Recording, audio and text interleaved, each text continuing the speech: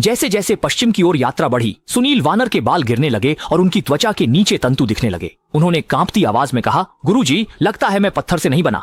14 साल की यात्रा के बाद जब हम लिंगशान पहुंचने वाले थे, नजा घबराई हुई मेरे पास आई और बोली, सुन दास, उनसे दूर रहो, उनके साथ लिंगशान मत जाओ। गुरुजी और मेरे शिष्य भाई नजा को देखकर हैरान रह गए और डर कर भागे। मैं हैरान होकर उन्हें देख रहा था। गुरुजी के चेहरे पर अजीब सी मुस्कान थी। बेटा, लिंगशान पहुंचने वाले हैं, क्या कर रहे हो? हम चारों जल्द ही बुद्ध बन जाएंगे। मैंने अपनी ज्वलंत दृष्टि से उन्हें देखा, लेकिन मुझे कुछ असामान्य नहीं लगा, इसलिए मैं उनके पास जाकर पूछने लगा, गुरुजी, आपने नचजा की बात सुनी? वह तो एक बच्चे की बात थी। बच्चे की बात है? क्या तुम वास्तव में इस पर विश्वास कर रहे हो? हालांकि मेरी और नचजा की मित्रता बहुत गहरी नहीं है, लेकिन कुछ मेल जोल तो है ही। वह अचानक मेरे पास क्यों आया और इस तरह की बात क्यों कही? इसमें अवश्य ही कोई कारण होगा।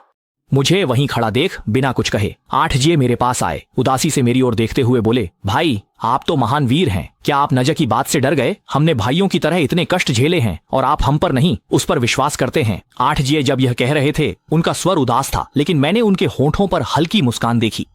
चिंतित और बेचैन मन से रात होते ही मैंने चुपचाप अपना जादुई बादल उठाया और नचिकेता के लिंगजू पैलेस की ओर बढ़ा। क्या यह हाल की बादशाह और शाह शिष्य की हरकतों से जुड़ा है? व्यवहार सचमुच असामान्य होता जा रहा है। मुझे नज्जा से पूछना होगा।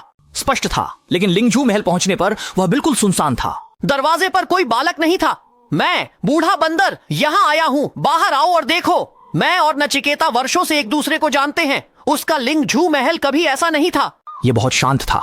मैंने कुछ पल सोचा, फिर कान से दिंघाई शेन-झेन निकालकर लिंगजू महल में गया।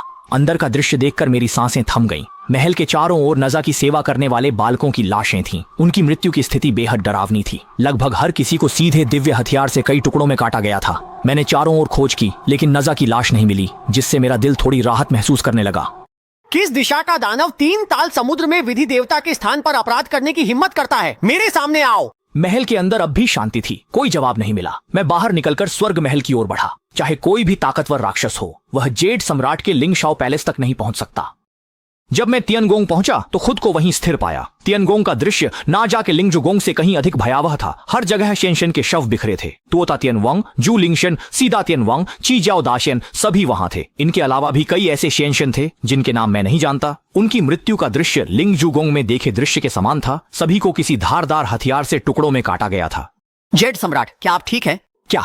फिर भी स्वर्गलोक मृत्यु की चुप्पी में डूबा है। कोई भी मेरे सवाल का जवाब नहीं दे रहा है। क्या यमराज भी किसी ने मार डाला है? इन देवताओं के शरीर पर दिव्य आदेश होते हैं, जिन्हें न तलवार से मारा जा सकता है, न आग से जलाया जा सकता है। फिर किसके पास इतनी ताकत है कि उन्हें सीधे मार सके? विचारों को समेटते हुए मैं 33वें आकाश में ताई शांग लाओजुन के निवास की ओर बढ़ा। लाओजुन, मैं आपका पोता आ गया हूँ। 63वें आकाश पर पहुंचते ही मैंने 2 बार पुकारा। अंदर से लड़ाई की आवाज आई और मैं तुरंत अंदर गया। तभी एक काली छाया मेरे पास से गुजरी और वहां वृद्ध गुरु जमीन पर गिरे पड़े थे। एक पल में सब बदल गया और लाओजुन जमीन पर बैठे थे। उनके चेहरे पर डर था। मेरी भावनाएं भी उनके साथ तनावपूर्ण हो गईं। लाओजिन, तुम्हें क्या हुआ? क्या बात हो गई है? ताई शांग लाओजुन ने मेरे सवाल का जवाब नहीं दिया। वह धीरे धीरे कुछ बड़बड़ाते रहे। लिंग पर्वत मत जाओ, कभी नहीं। क्या पहाड़ों के बूढ़े भगवान के साथ कुछ हुआ है जो बुद्ध की ओर से आया है? कोई समस्या है? लेकिन ताईशांग लाओजुन ने कोई जवाब नहीं दिया। मेरे मुंह से वह वाक्य लगातार निकलता रहा और लाओजुन को डर के कारण भ्रमित होते देख मुझे लगा मैं भी पागल हो जाऊंगा। इस तरह अंधेरे में रखा जाना गुरु के द्वारा पढ़े गए मंत्र से भी अधिक कष्टदायक था। जैसे ही मैं खड़ा होकर सुराग खोजने की कोशिश कर रहा था, लाओजुन ने मेरा हाथ मजबूती से पकड़ लिया। हुसैन, अपने गुरु और शिष्य भाई से दूर रहो, नहीं तो मुसीबत में फंस जाओगे। लाओजुन, मेरे गुरु और उनके साथियों के साथ क्या समस्या है? सवाल आपको इस तरह से डराता है, लेकिन फिर भी पहले की तरह उलझन में था। मेरे सवाल का जवाब नहीं मिला। मेरे गुरु और उनके साथी किस समस्या में फंसे हैं? स्वर्ग के देवता किसके द्वारा हानि पहुंचाए गए? सोचने के बाद भी मैं निष्कर्ष पर नहीं पहुंच सका। आसमान में सुबह होने वाली थी, इसलिए मैं फिर से गुरु के पास लौट आया। मैं बस दिखाने के लिए लेट गया। गुरुजी उठकर बैठ गए। चेहरे पर अजीब मुस्कान थी। मुझे देखते हुए बोले, वुकोंग, तुम कहाँ थे? इतनी देर हो गई और तुमने गुरुजी को नहीं बताया। गुरुजी को तुम्हारी चिंता हो रही थी। नींद नहीं आ रही थी तो बाहर जाकर लिंगशान के दृश्य देखे और 3 दिन बाद जब हम लेई यिनसी पहुंचेंगे, वहां तुम्हारे लिए एक बहुत बड़ा आश्चर्य इंतजार कर रहा है। तुम जरूर कहीं मत चले जाना। मैं अनायास ही घबराहट में एक घूंट निकल गया और अपने दिल की डर को दबाते हुए सहमति दे दी। हालांकि मुझे अभी तक नहीं पता कि उनके साथ क्या समस्या है, लेकिन वह आत्मा से उत्पन्न डर मुझे बेचैन कर रहा है। मुझे समझ नहीं आ रहा कि मेरे साथ क्या हो रहा है। मैं तो निडर और बेखौफ का प्रतीक हूँ। 3 दिन की यात्रा पलक झपकते बीत गई और हम चारों गुरु शिष्य मिलकर जल्दी ही लेयिन सी के नीचे पहुंच गए। मेरे अंदर से उठ रही दबाव की भावना ने मेरी सांसें भारी कर दी, जबकि गुरुजी और बाजी के चेहरों पर उत्साह की मुस्कान थी। बंदर भाई, थोड़ी देर में तुम जो भी देखोगे अजीब चीजें, उन पर चौंकना मत। मुझ पर विश्वास करो, तुम्हें कोई हानि नहीं होगी। मैं चारों ओर देख रहा था, ये जानने की कोशिश कर रहा था कि इस बड़े लेयिन सी में क्या असामान्य है। अचानक लेयिन सी के अंदर से एक बौद्ध भिक्षु बाहर आया। उसके शरीर पर घाव थे और वह बार बार कह रहा था, जाओ, जल्दी जाओ यहां से। ये पहले जैसा विशाल और भव्य लेयिन सी नहीं रहा। आदरणीय, इस लेयिन सी में आखिर क्या हुआ है? आदरणीय ने पूरी ताकत से मुंह खोला। इस वक्त उनके मुंह से कोई आवाज नहीं निकल रही थी और उनका शरीर सीधा जमीन पर पड़ा था। क्या आप लोग इस बड़े लेयिन सी में अब भी जाना चाहेंगे? वे तीनों, उनके चेहरों पर घबराहट नहीं थी।